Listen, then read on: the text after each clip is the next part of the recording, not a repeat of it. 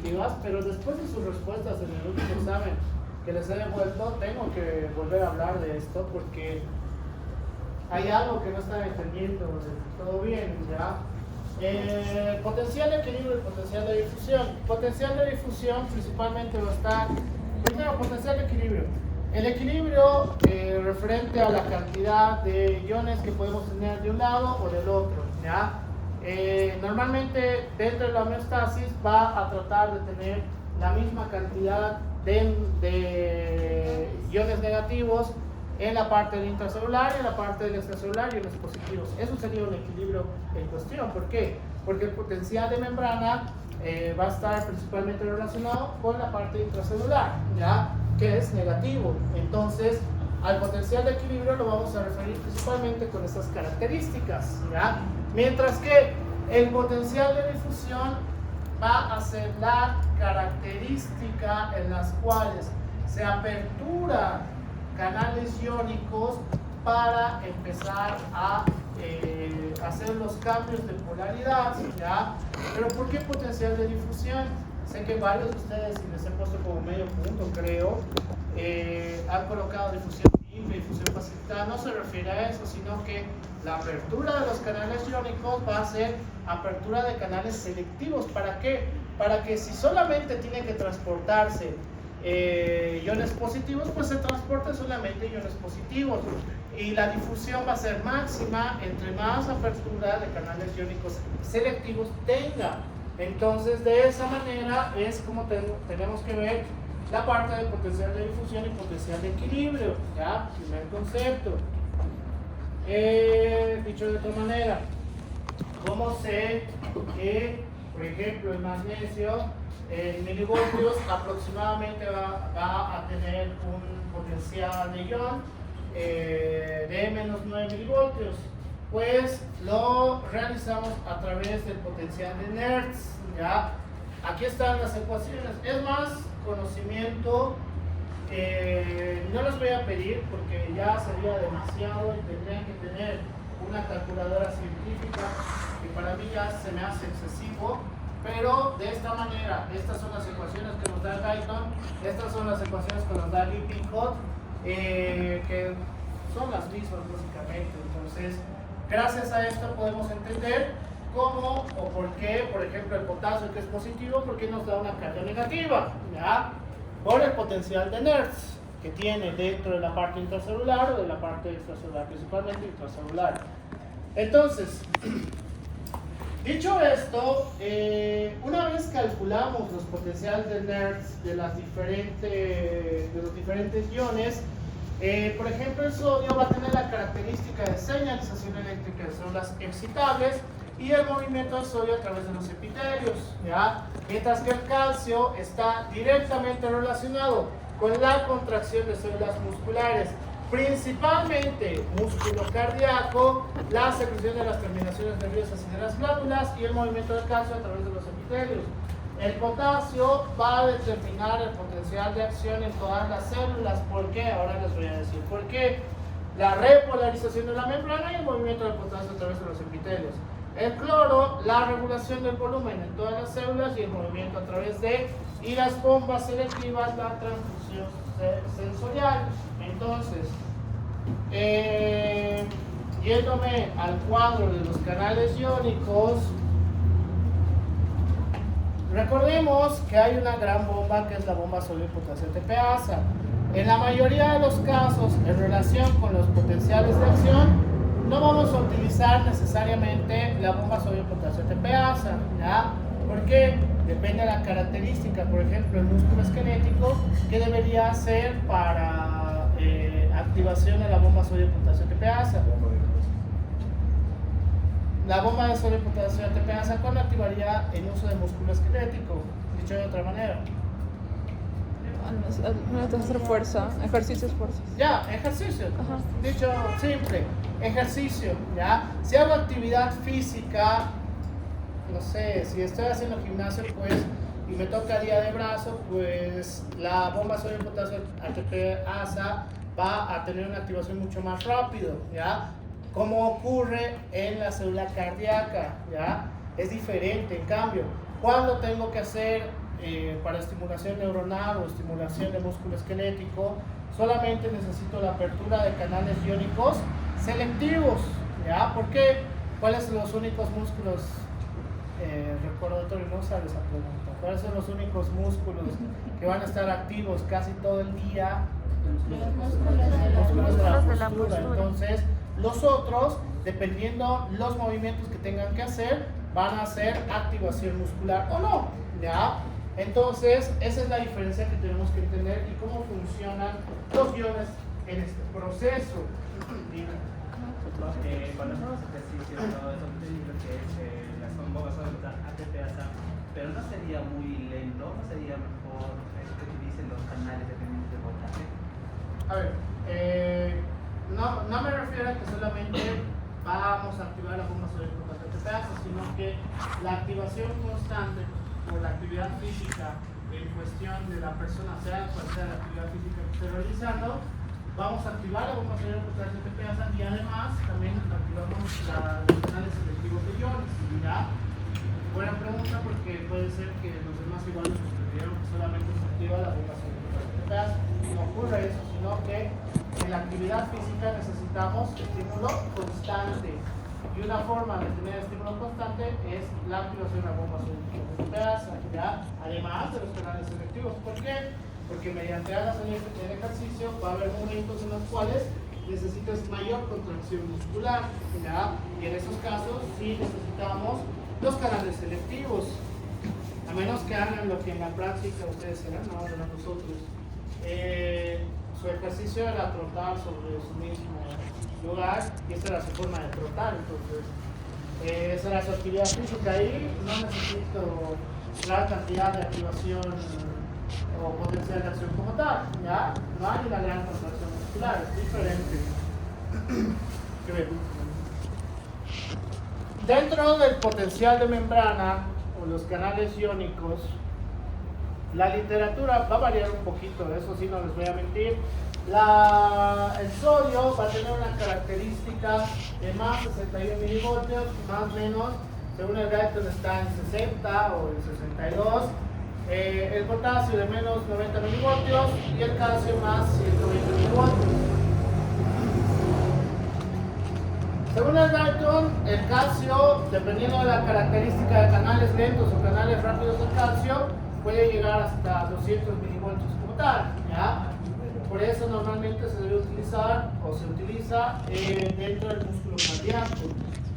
Es importante esto porque el potencial de membrana, por favor guárdense bien esto, el potencial de membrana es cuánto el voltaje negativo tiene la membrana, ¿ya? Siempre es negativo, no se olviden eso. Entonces, si yo les pregunto cuánto es el potencial de membrana de las neuronas, ¿cuánto es? Menos, negativo, Menos 80. Menos 80. ¿Cuánto? Aquí les he dejado un cuadro en la cual ahí está el potencial de membrana, el potencial de reposo de las neuronas, músculo esquelético, músculo liso, ¿ya? Entonces, pero las definitivas están en la plataforma, ¿verdad? Entonces, el potencial de membrana también está en relación a que tiene una capacidad de excitabilidad, algo que te dice el Guyton. Si bien hay lugares en los cuales puede haber el ingreso de sodio y la salida de potasio, no significa que el sitio tenga excitabilidad como tal, ¿ya? Entonces, en la mayoría de los casos, y por eso menciona al músculo liso, al músculo esquelético y el músculo cardíaco y las neuronas, estos sí van a ser excitables, pero el potencial de membrana es la capacidad que van a tener para cambiar la polaridad de la membrana. Entre más negativo sea, más difícil es cambiar su polaridad, ¿ya? Por el cual, si es menos 90 su potencial de membrana, bastaría solamente con el ingreso de los canales selectivos de sodio. No, porque todavía se quedaría en negativo, entonces no llegaríamos al potencial de umbral todavía. En ese caso puedo asistirme de otros iones que son más positivos, por ejemplo, los canales selectivos del calcio, y ahí ya voy a cambiar la polaridad de la membrana, ¿ya? Por el cual puede ocurrir en los cuales en un proceso de hiperpolarización, tengamos un cierre de los canales selectivos de iones positivos, ¿ya? ¿Por qué? ¿Por qué quiere mantener en negativo la membrana? Ya les había dicho por qué. Usualmente se hace como para que esté relativamente en reposo. Porque todo tejido o todo potencial tiene que tener un periodo de reposo, así sea mínimo, ¿ya? ¿Por qué? Porque si está en actividad constante, va a ocurrir tragedias. ¿En qué sentido? Reposo. Me olvidé agregar eso. Ahorita. Tan largos estos temas. Qué bien por ustedes. ¿Por qué 3 pizarras? Deberían haber solo 2. Antes de la tarea de muestro se debería sacar para que los pongan. Bueno, lo voy a reportar después. ¿En qué estaba? Ya me distraje. Tiene hiperpolarización, no tiene reposo. ¿Qué pasa? Neuronas. Calambres. No. Neuronas, el potencial de acción que digamos va a estar en menos 62 milivoltios. Con el sodio casi ya llegamos a un potencial de umbral, ¿ya? Entonces, o podemos sobrepasar inclusive según el Guyton. ¿Qué ocurriría si mi potencial de acción, en el caso de las neuronas, no tengo descanso, no tengo reposo, perdón, mi potencial de acción baja y otra vez, y otra vez, y otra vez? ¿Qué sería eso en relación con las neuronas?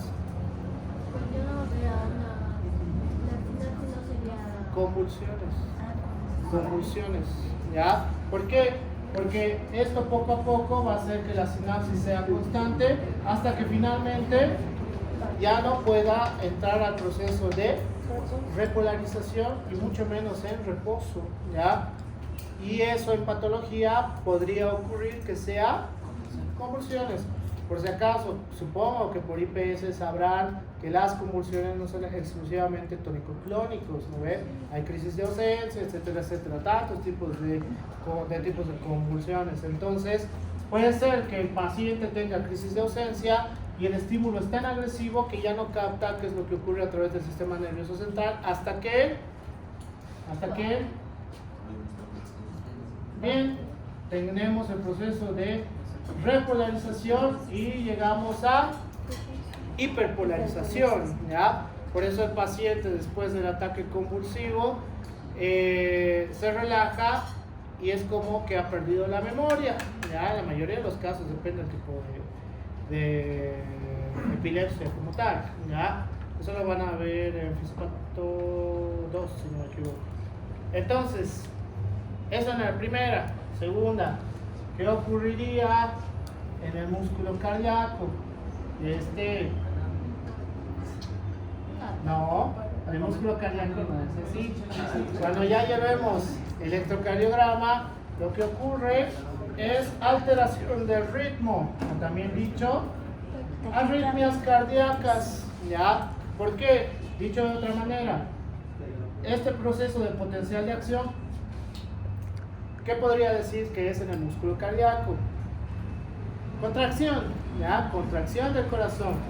Entonces, este proceso de repolarización, ¿qué sería? Relajación, ¿ya? Relajación. Bien. Y recuerden, hay dos partes que van a ser las aurículas y van a ser los ventrículos. Si mi potencial de acción se altera, sea en la parte auricular o sea en la parte ventricular, puedo empezar a crear procesos de alteración del ritmo, arritmias cardíacas, ¿ya? Arritmias cardíacas muy comunes en alteraciones del equilibrio hidroelectrolítico, ¿ya? Por el cual es muy importante entender estos conceptos, ¿ya? Es muy importante entender estos conceptos.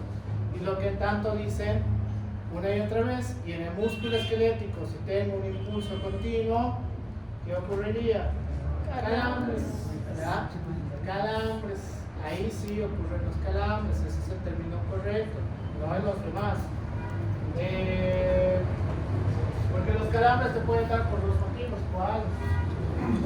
Cansancio del músculo y falta de Hipocalemia, hipocalemia con K por si acaso, no estoy diciendo hipocalcemia, hipocalemia y una cantidad excesiva de la función del músculo esquelético, ¿ya?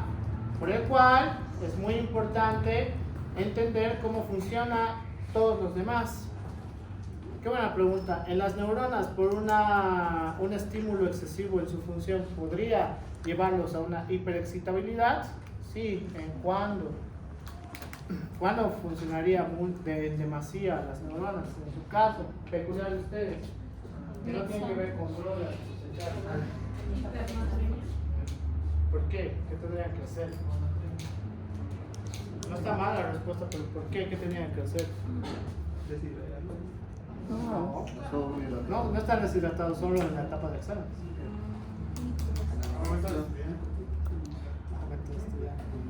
En realidad está relacionado con el aumento de liberación de cortisol, en la cual el cortisol está relacionado con la excitabilidad neuronal, ¿ya?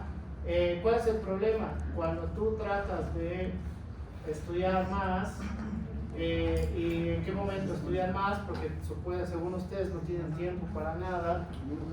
¿En qué momento estudian más? El día. Noche. El problema de estudiar en la noche y que no duermas la cantidad de horas que debería dormir según tu organismo, no estás dejando que tenga un periodo de reposo un poco más extenso la parte neuronal. Entonces, en algún momento, en relación con el cortisol, va a sobrepasar y te puede crear un colapso, ¿ya? No necesariamente que convulsiones, por si acaso, que puede ocurrir. Hay algunos estudiantes, sobre todo en la parte, en el continente asiático, que llegan a ese límite, ¿ya? En Latinoamérica no es tan común, se conforman con un 51, no tienen esa cultura de allá, que tienen que ser excelentes en todo lo que hacen, y por eso tienen tantos problemas. Por el cual, en este caso, tenemos que entender que todo necesita descanso, todo necesita descanso, ustedes también necesitan tener un descanso. Yo entiendo que quieran ser médicos o colegas, etcétera, etcétera, me parece maravilloso, amo esta carrera y espero que todos amen como yo amo la carrera, ¿verdad? Que es lo único que amo, pero aparte de mis mascotas, mi padre, ¿sabes? Pero si ustedes necesitan reposo, también tienen que descansar de la carrera en ciertos periodos. Por eso tienen vacaciones. En las vacaciones está bien repasar, pero si no tienen un descanso, pues nunca van a rendir a su máximo nivel, porque está relacionado con alteraciones de la excitabilidad también. Entonces, no se olviden que aparte del futuro médico que está ahí entre ustedes, también hay una persona individual, ¿ya? Y esa persona individual, qué sé yo, le encantará los videojuegos, le encantará jugar fútbol, le encantará salir con su enamorada, qué sé yo. Cada uno sabe cuál es la característica de la persona en cuestión, ¿ya? Así que, en ese caso, tienen que tener periodo de descanso. Eso es fisiología, ¿ya? Homeostasis, tienen que tener un equilibrio adecuado.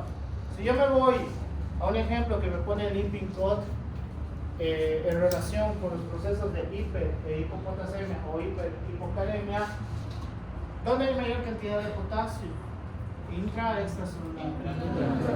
Si yo tengo un proceso de hipocalemia, ¿de dónde puedo sacar potasio? De la parte intracelular. Recuerden, hipocalemia o hipopotasemia es lo mismo por si acaso, porque es con K lo que me refiero. Hipocalemia, la parte extracelular, ¿ya? ¿Y de dónde yo puedo sacar potasio? Bien, eso significa que, por ejemplo, puede haber procesos en los cuales solamente tenga la apertura de los canales iónicos del potasio y no tenga la apertura de los canales para cambiar la polaridad. En ese caso, ¿qué puede ocurrir?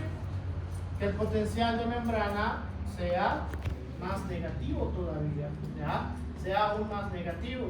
Y en ese caso, el organismo va a tratar de aprovechar a lo máximo posible la actividad que tengamos, un aumento de la excitabilidad, por el cual en hipocalemia, ¿qué puede ocurrir? Lo más habitual en el músculo esquelético, calambres por hipocalemia. Primero tengo que aprender cómo funciona la fisiología para entender por qué realmente tengo calambres. Ya no es porque no como plátano. Irónicamente el plátano es uno de los alimentos que menos cantidad de potasio de reposición tiene. Hay otros alimentos que tienen mayor capacidad de reposición. Por ejemplo, tienen la palta. La palta tiene mayor cantidad de potasio en comparación al mismo plátano. En caso de hipercalemia, si tengo demasiada cantidad de potasio, ¿qué ocurriría?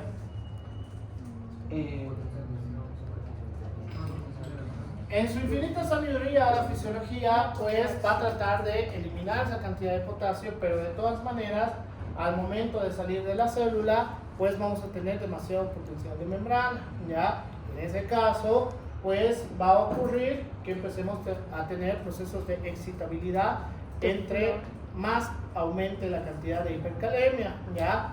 Es muy peligroso. Los procesos de hipercalemia son muy peligrosos. ¿Cómo les podría dar hipercalemia? Muy común en series y películas de los años 80, 90, en James Bond, creo que usaban.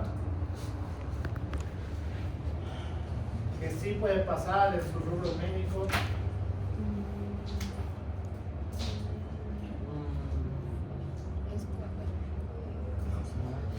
¿Qué hacen de su vida? No sé. De los 80s, 90s me refiero. Bueno, que coloque potasio en vena para que se mueran y demás. En teoría sí tiene relación.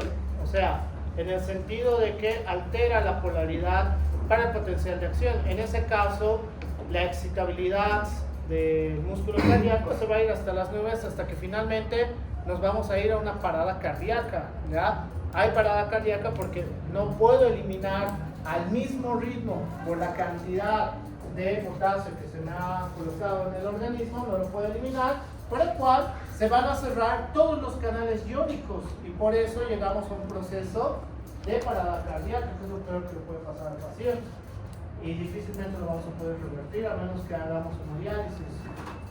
En el caso de los digitálicos sería un ejemplo. También en fármacos es un poquito más común. Uno de los principales, por eso en Estados Unidos casi ya no se usa, pero acá es el número 1 para hipertensión, es el sartán potásico, ¿ya?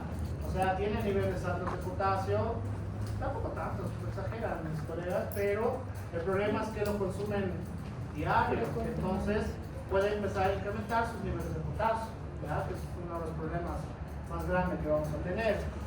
Preguntas, dicho de otra manera.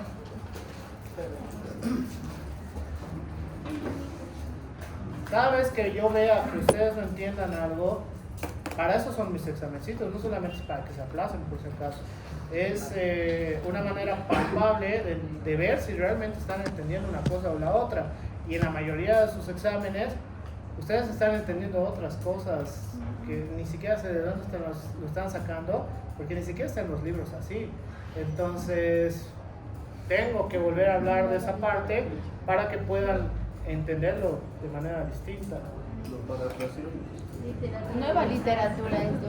No, que nueva literatura. Estamos creando un libro. Les voy a decir lo mismo que les he dicho a todos esta semana.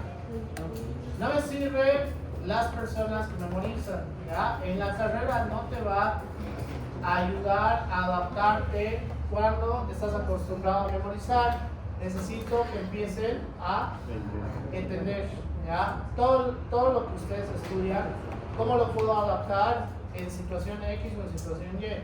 Si veo que tienen hipercalemia o hipocalemia, ustedes ahora en teoría tienen la capacidad de decirme qué ocurre en una cosa o en la otra, ¿ya? A partir de solamente saber cómo funciona el potencial de acción, el potencial de membrana, etcétera, etcétera. Así funciona la medicina, ¿ya? Por eso la diabetes tenemos el concepto fisiopatológico y cómo es similar el diabetes tipo 1, tipo 2, tipo 3, tipo 4, tipo 5, que ustedes están condenados, supongo. Cuando yo era estudiante, teníamos hasta el tipo 3 y salí y empezaban los MODI, que es el tipo 4. Ahora que ustedes son estudiantes, tienen los MODI y sus variaciones, y ahora tienen el tipo 5. Supongo que cuando ya sean colegas, ya tendrán nuevas cosas, y así funciona la medicina. Avance, avance, avance, avance, no es evolución. Avance, avance, avance, avance. Evolución significa otro concepto. Doctor, en la hiperpolarización cambia el tiempo que se da para otra potencial de acción, porque tenía entendido que Ya, puede ser buena pregunta. más rápido. La hiperpolarización está más que todo para que el estado de reposo sea el tiempo que debería ser. ¿Ya? ¿Por qué? Porque de repente el tejido te está pidiendo que hagas la actividad de una manera un poco más acelerada. Por ejemplo, actividad física extenuante sí va a necesitar que aumentemos la frecuencia cardíaca. Aumentar la frecuencia cardíaca significa que aumenta la velocidad, en la cual hay despolarización, repolarización, despolarización, repolarización. La hiperpolaridad es más que todo que tenga un periodo de reposo un poquito más extenso o lo normal. Sobre todo la hiperpolarización relativa tiene un periodo de reposo normal, ¿ya? Sí. Pero la hiperpolarización absoluta va a ser un poco más extenso. Obviamente no lo suficiente para que tenga una parada cardíaca, ¿ya? El músculo esquelético es más claro, porque cuando ustedes agotan la musculatura en cuestión, ya no pueden levantar nada, ni siquiera pueden pisar. Si es un límite de sus gastrocnemios, por ejemplo, ya no pueden pisar. Entonces en los bíceps es más claro, y por eso está en el libro por el bíceps. ¿Preguntas? Doctor, me voy a retirar. Mi madre... Eso no es una pregunta. Ya les había dicho que no es necesario que me pidan permiso. En mi materia ustedes entran y salen como que... ¿Algo más? ¿Algo más? Doc, la hiperpolarización, en este caso del músculo esquelético, ¿cómo es que lo beneficia el tema de la creatina que estábamos hablando? La creatina. Ajá. La creatina funciona de otra manera distinta, no es tanto con la polaridad por si acaso. La creatina, en términos básicos, es la energía que necesita la parte muscular, ¿ya? Que más que todo el músculo tiene una captación de glucosa muscular propia, ¿ya? ¿Por qué? Porque el músculo trabaja a través de energía. Entre más activo es un músculo, más energía necesita. Entonces, esto hace que la creatina se vaya reduciendo y se vaya convirtiendo en creatinina, ¿ya? En desecho. Entonces, cuando tú aumentas tus niveles de creatina, significa que tienes más volumen en este músculo para utilizar. Eso significa que la recuperación muscular es mucho más efectiva. ¿Por qué dicen que te hinchas? Porque hay acúmulo de líquido también, ¿ya?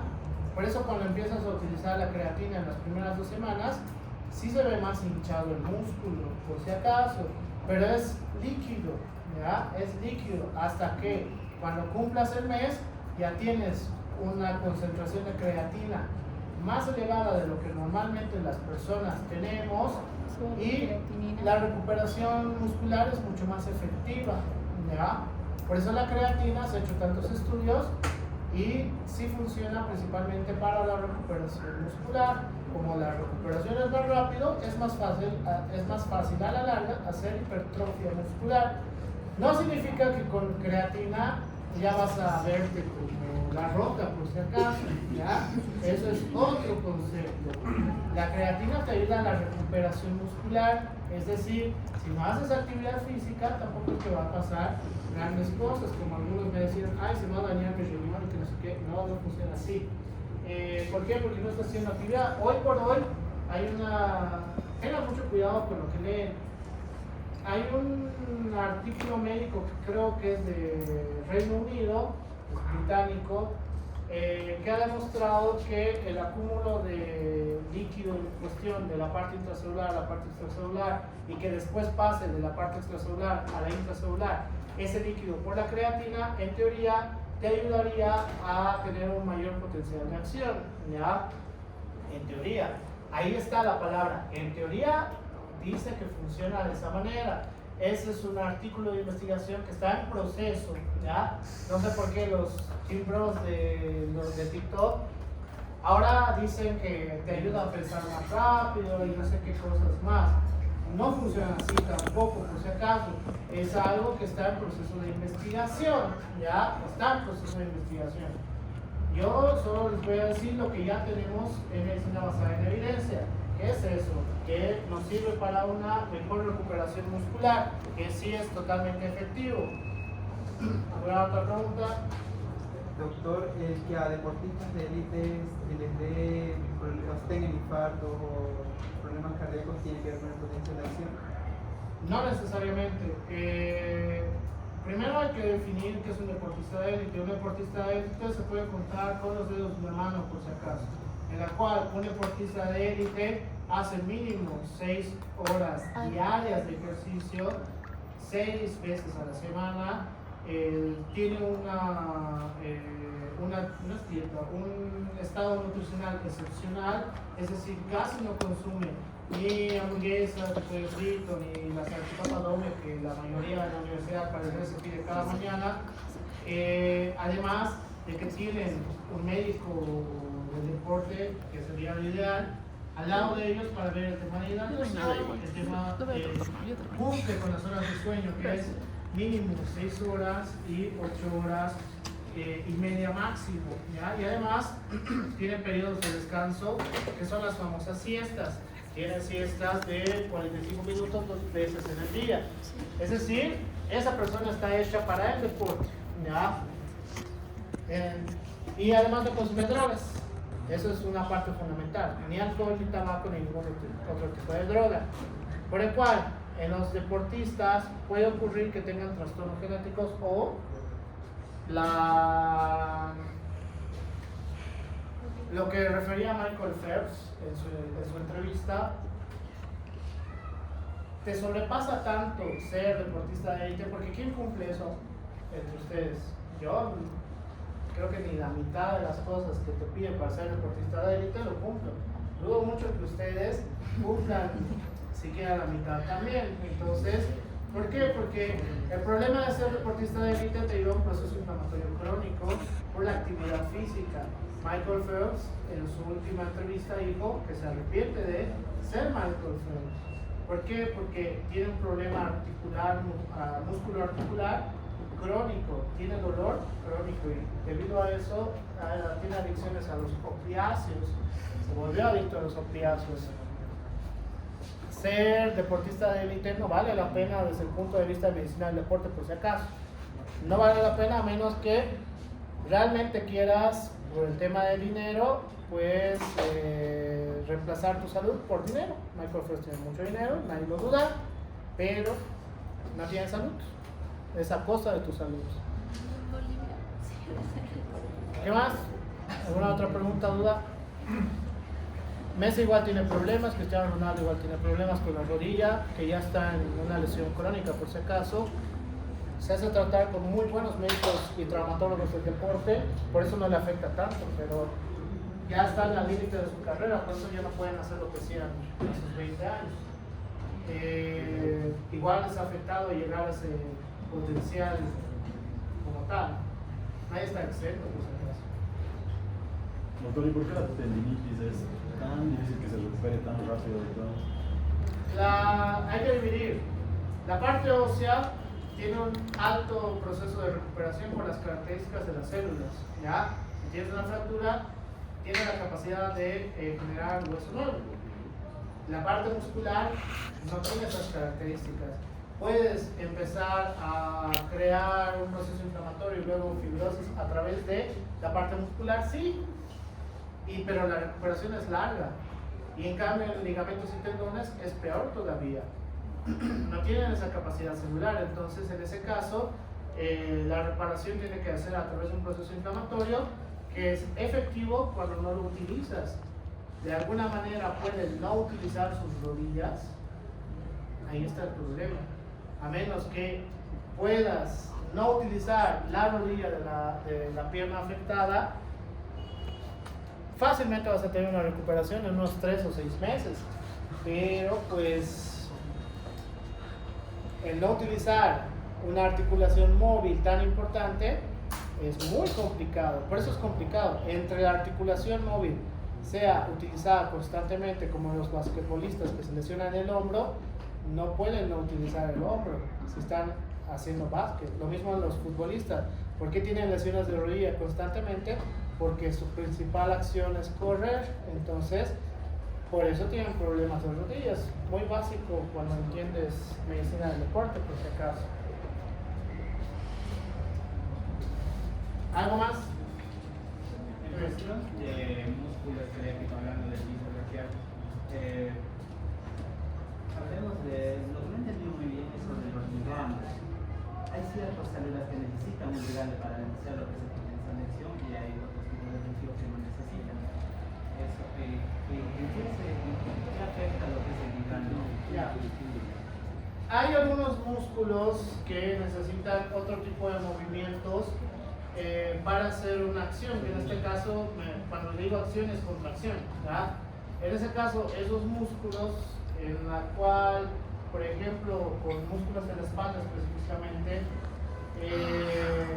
hay ciertos movimientos muy específicos para activar ciertos músculos de la espalda. Entonces, en ese caso, sí necesitamos la unión con el ligando. ¿Por qué? Porque como en tu día a día no utilizas esos músculos, no hay la necesidad de gastar energía, ¿verdad?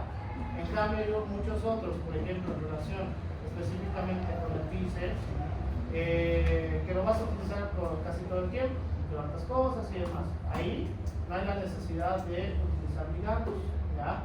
Más que todo va a estar relacionado principalmente con la acción del músculo, con el músculo esquelético. Algunos necesitan sí o sí activación constante y otros no, ¿ya? O la característica del movimiento. ¿Cuál sería una manera? Mucha pregunta, pero sí me acuerdo. Algo más. El corazón sí necesitaría que esté constante. Depende en qué frecuencia cardíaca esté. Según lo normal de ustedes, que puede estar a ojo de buen cubero, debería estar entre 70 y 84, supongo, su frecuencia cardíaca en la mayoría de los casos, no en todos. Entonces, cuando tiene que disminuir menos de 70 o más de 84, en esos casos sí necesitamos hacer una acción, por ejemplo con los canales lentos del calcio y los canales rápidos del calcio. ¿Por qué? Porque necesitamos más contracción, ¿ya? Mientras tanto, en este periodo de reposo, la frecuencia cardíaca va a seguir oscilando entre lo que es lo normal en cada uno de ustedes. No necesitamos gran cantidad de acción como tal. ¿Algo más? Bien, acabemos músculos. Ya tengo 10 minutos. Ahora voy a acabar, obviamente es más largo de lo que quisiera. Ya, conceptos importantes. Tal cual te dice el Lipin Code, en el caso del Guyton, el músculo esquelético es una parte fundamental en la cual tenemos una de las adaptaciones celulares más claras en relación a los demás tejidos, que es, bien, hipertrofia, ¿ya? La hipertrofia muscular. En un concepto, en el nuevo Guyton está, me sorprende la verdad, está en el nuevo Guyton, la parte de hipertrofia muscular sí representa una mejor calidad de vida para la persona, no que se vean como la roca por si acaso, eso tampoco es salud, por si acaso. Verse como la roca no significa automáticamente que es salud. En este concepto, en el Lipin Code y en el nuevo Guyton que se maneja, es principalmente relacionado que empiezas a crear mayor musculatura. ¿Por qué o para qué? Porque creen. En la México vamos a hacer los músculos se van a estar empezando con la edad. Ahí está un 50%, no está mal. Pero, ¿qué más? Para facilitar tareas diarias. Puede ser. Por la disminución de la masa muscular. Ya. La literatura de Guyton te dice que mediante vayas avanzando en edad, vas a necesitar mayor fuerza muscular y a partir, en realidad son dos conceptos diferentes, porque la hipertrofia no significa necesariamente fuerza, ¿ya? Porque hay ejercicios diferentes para hacer exclusivamente fuerza muscular y otras para hacer hipertrofia muscular, ¿ya? Pero la relación que sí tenemos es que un músculo hipertrofiado sí va a poder tolerar mayor cantidad de la fuerza muscular máxima, ¿ya? Entonces, si hipertrofias el músculo y tienes un tope de fuerza muscular, pues con la hipertrofia puedes incrementar ese tope de tu fuerza muscular, ¿ya? Ese concepto es importante. Por el cual, si te dice que mediante vayas avanzando en la vida vas a necesitar mayor fuerza muscular, sí necesitas hacer hipertrofia, ¿ya? ¿Para qué? Para poder hacer actividad diaria, ni siquiera actividad física. ¿Y cómo manejamos esto en medicina del deporte? A mí me da, y perdón que lo diga, dice que debo ser una muy mala persona, pero a mí me da mucha risa esas personas, sobre todo son videos gringos, en los cuales están tan obesos que dan un mal paso y su cuerpo colapsa y es como que ya no pueden pararse. Los videos más habituales que yo me suele aparecer es cuando están paseando un perro y el perro de repente los jala, se tiran al piso y ya no pueden pararse. ¿Pero por qué no pueden pararse? Porque no tienen músculo. La parte ósea lo que va a hacer es solamente un sostén de la parte, como solamente va a sostener todo lo demás, ¿ya? La parte articular va a estar relacionado con la capacidad del movimiento, pero los músculos es la parte esencial para hacer acción de esos movimientos. Si tú reduces tu capacidad muscular, no vas a poder hacer acciones de la vida diaria, como ocurre en esas personas. ¿Por qué? Porque tienen sarcopenia del obeso. En la última guía de Lancet, ahora manejamos un nuevo concepto que se llama la sarcopenia del obeso. ¿Qué es sarcopenia? Es la disminución de la cantidad de músculo como tal, ¿ya? Que podemos tener dos conceptos, que puede ser la sarcopenia en el adulto mayor, que eso es muy habitual, pero ahora tenemos un nuevo concepto, la sarcopenia del obeso. Entre mayor cantidad de tejido adiposo tengamos, reducimos la captación de glucosa a nivel muscular porque tenemos demasiada energía de reserva, entonces se reduce el tejido muscular, ¿ya? El obeso se ve enorme, pero su músculo es ineficaz, es ineficiente. Entonces en esos casos, y no lo digo yo, lo dicen los libros de fisiología, sí deberíamos tener, mediante vayamos avanzando en la vida, procesos de hipertrofia para justamente combatir estas situaciones fisiológicas, como es la sarcopenia en el adulto mayor, ¿ya? Si ustedes de adultos mayores a sus 60 años no quieren estar, uno de los mejores ejemplos, hay la consulta de geriatría de la Caja Nacional de Salud, que es allá en la esquina, para ver cómo hay un montón de personas de la tercera edad que difícilmente pueden dar un paso sin que su familiar los ayude, ¿ya? Y hay algunos muy pocos que vienen solos a su consulta. ¿Por qué? Porque ellos tienen masa muscular para poder hacer una actividad diaria tan sencilla como es caminar, ¿ya? Por el cual, dentro de estos conceptos, si tú quieres hacer hipertrofia muscular, y lo mismo Lipincon te coloca, tienes que hacer una fuerza de contracción y una fuerza contraria a la contracción. En el caso del bíceps, si tú quieres incrementar el bíceps, tendrías que hacer este movimiento, ¿ya? Ya de ahí que hagan las 1000 maneras de las diferentes activaciones de la cabeza, del bíceps y sus onceras de siempre.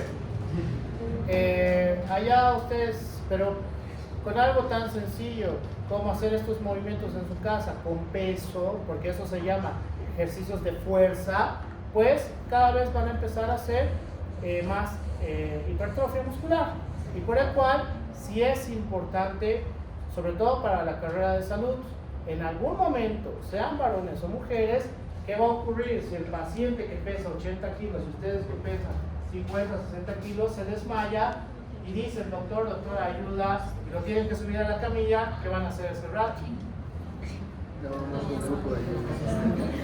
Por eso las licenciadas de enfermería, que yo les tengo mucho respeto a las licenciadas, a pesar del tamaño que tienen bastante fuerza porque siempre están moviendo pacientes.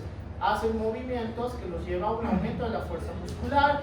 Entonces, eso significa que ustedes se metieron a la carrera equivocada porque van a tener que soportar peso. ¿Ya? Así hagan la especialidad que hagan, van a tener que levantar al paciente, ayudarlo a caminar, qué sé yo. Es parte de la carrera como tal. Tienen que hacer hipertrofia hasta que sean colegas, porque en el internado les va a pasar por si acaso. ¿Ya? Ustedes son todólogos, van a ser camilleros, los que barren, médicos, van a hacer absolutamente todo en el internado por si acaso. Doctor, disculpe, escuché que a la hora de uno realizar ejercicio, de alguna manera las trabéculas del hueso se adaptan y evitan enfermedades como la osteoporosis y cosas así, ¿es eso verdad? Siempre y cuando hagas la actividad física sin lesionarte, puedes llegar a un proceso como factor protector, ¿ya? No significa que todos ahora no hagan de osteoporosis, sino que aquellas personas que utilizan el lema no pain no gain, que eso es súper de los años 1900, te vas a crear procesos lesivos irreversibles, ¿ya? Tienes que hacer actividad física con seguridad. Para eso están las máquinas de gimnasios y te da miedo usar barras libres. Alguna vez escuché a algunos de los que van al gimnasio que dicen solamente las mujeres usan las máquinas, lo cual es falso, porque si acaso las máquinas están diseñadas para mayor seguridad en movimientos complejos. Entonces, sé inteligente, ¿ya? Hagan ejercicio con inteligencia. Si utilizas la barra y estás temblando y tu codo se mueve, utiliza una máquina. Para eso están las máquinas, para que puedas hacer ejercicio con seguridad, porque si no, vas a tener lesiones, ¿ya? Y las lesiones musculares, osteoarticulares, son bien difíciles de tratar, por si acaso. Normalmente tardas meses en recuperarlas. ¿Una pregunta? ¿Duda? El momento, usted dice dos para llevar al momento del fallo, ¿por qué se supone que el resultado no va tan rápido? Solamente las personas que tienen 5 años en el gimnasio deberían llegar al fallo muscular. Jamás los que tienen menos de esa cantidad de años. ¿Por qué? Porque el músculo no está adaptado. Si tú llegas al fallo, literalmente por eso llegan a su casa, han hecho brazos y están llegando así, no pueden levantar una taza. ¿Qué va a querer hacer la persona? No va a querer volver al gimnasio. Entonces, no deberías llegar al fallo muscular, a menos que tengas una larga data de hacer actividad física de fuerza. No necesariamente gimnasio, sino que hagas ejercicio de fuerza.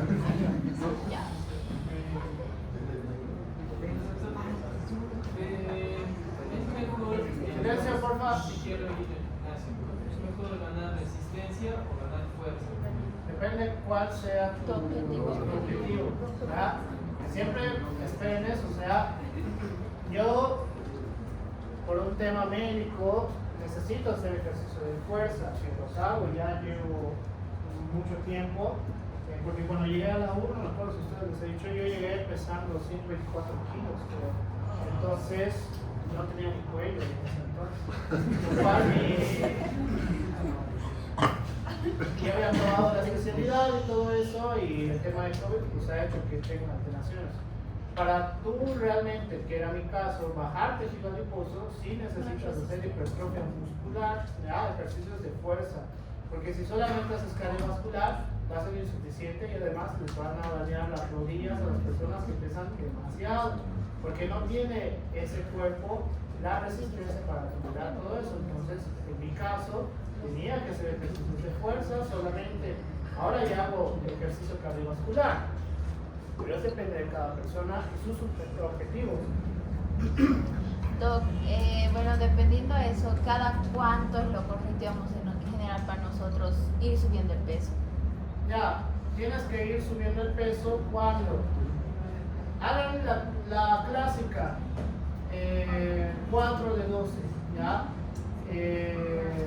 Entonces, si yo llego al 12, supongamos que esto pesa 20 kilos, ¿ya?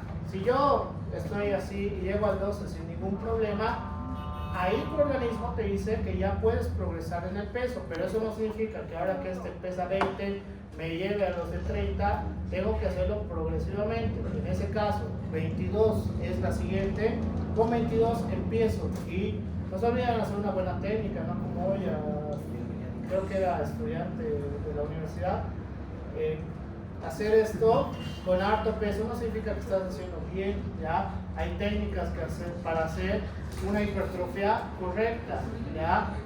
No hagan el ejercicio por hacer, no sean egolifters. El ego se deja afuera en este caso. La progresión depende de cada persona. Hay algunas personas que pueden progresar en una semana, 2 semanas, otras en un mes. Es muy independiente de cada persona. Tiene un cuerpo que avisa cuando puedes progresar. ¿Y hay algún ejercicio el cual active, haga hipertrofia en la mayoría de los músculos? ¿Hagan ejercicios en la mayoría de músculos? No, difícilmente. Por eso en el gimnasio vas a tener por zonas. La natación es diferente. Y en el caso de la resistencia, La natación. por ejemplo, al correr, para tener un mejor estímulo y mejorar, digamos. Ya, en medicina del deporte, no os voy a hablar mucho de eso, pero son 4 niveles por si acaso. A través de la vía terrestre, a través de resistencia aérea, que eso no es necesariamente que es un avión, se hace otro tipo de ejercicio, a través de resistencia acuática y la combinación de 2 de 4, ¿ya? Entonces ahí vas incrementando tu resistencia cardiovascular. Eso se hace en deportistas, por eso hay algunos deportistas que los ves con máscaras y demás. Esa es la resistencia aérea, ¿ya? Ellos, los deportistas que sí tienen asistencia médica del deporte, sí superan su parte cardiovascular. En personas es bien difícil, porque esa actividad que hago con mis pacientes que sí son deportistas y pueden pagar lo que yo les cobro, creo que el más barato por sesión, si no me equivoco, está 800 bolivianos. Sesión. Deberías hacer una sesión por semana por lo menos. Entonces mensualmente te vas a tirar unos 4.800 por lo menos. Entonces, en ese caso, en las personas solamente natación y terrestre y ya. La natación también es una manera diferente cardiovascular porque haces procesos de bocanadas de aire, procesos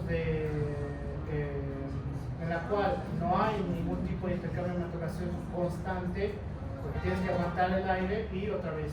Y eso te ayuda a resistencia cardiovascular también, ¿ya? Pero en medicina del deporte, si tú quieres llegar a un top, que tal vez es por donde vas a la pregunta, es muy caro por si acaso, ¿ya? Es bastante costoso. Si quieres llegar a un lugar muy alto.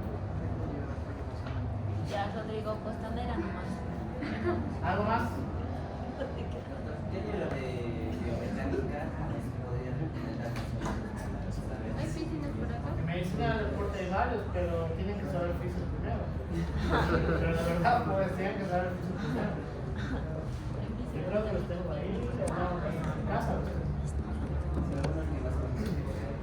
Hay uno que era biomecánica anatómica, no me acuerdo cuál era el autor. Eso es más cómo funciona cada articulación. Pues prevenir. No me acuerdo mucho porque no uso biomecánica anatómica, más medicina de deporte. Voy a revisar todo el tiempo. ¿Algo más?